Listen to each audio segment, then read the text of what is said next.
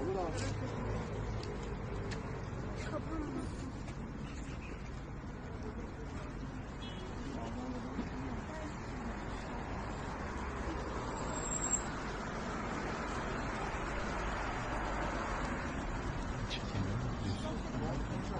Yok öyle bir şey.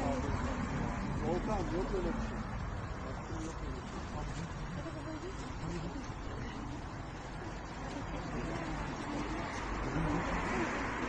Fotoğraf çekmiyor mu? Maske bekliyor. Ha. 4,5 saattir bekliyorum onu. Yemin ediyorum 2'den beri buradayım.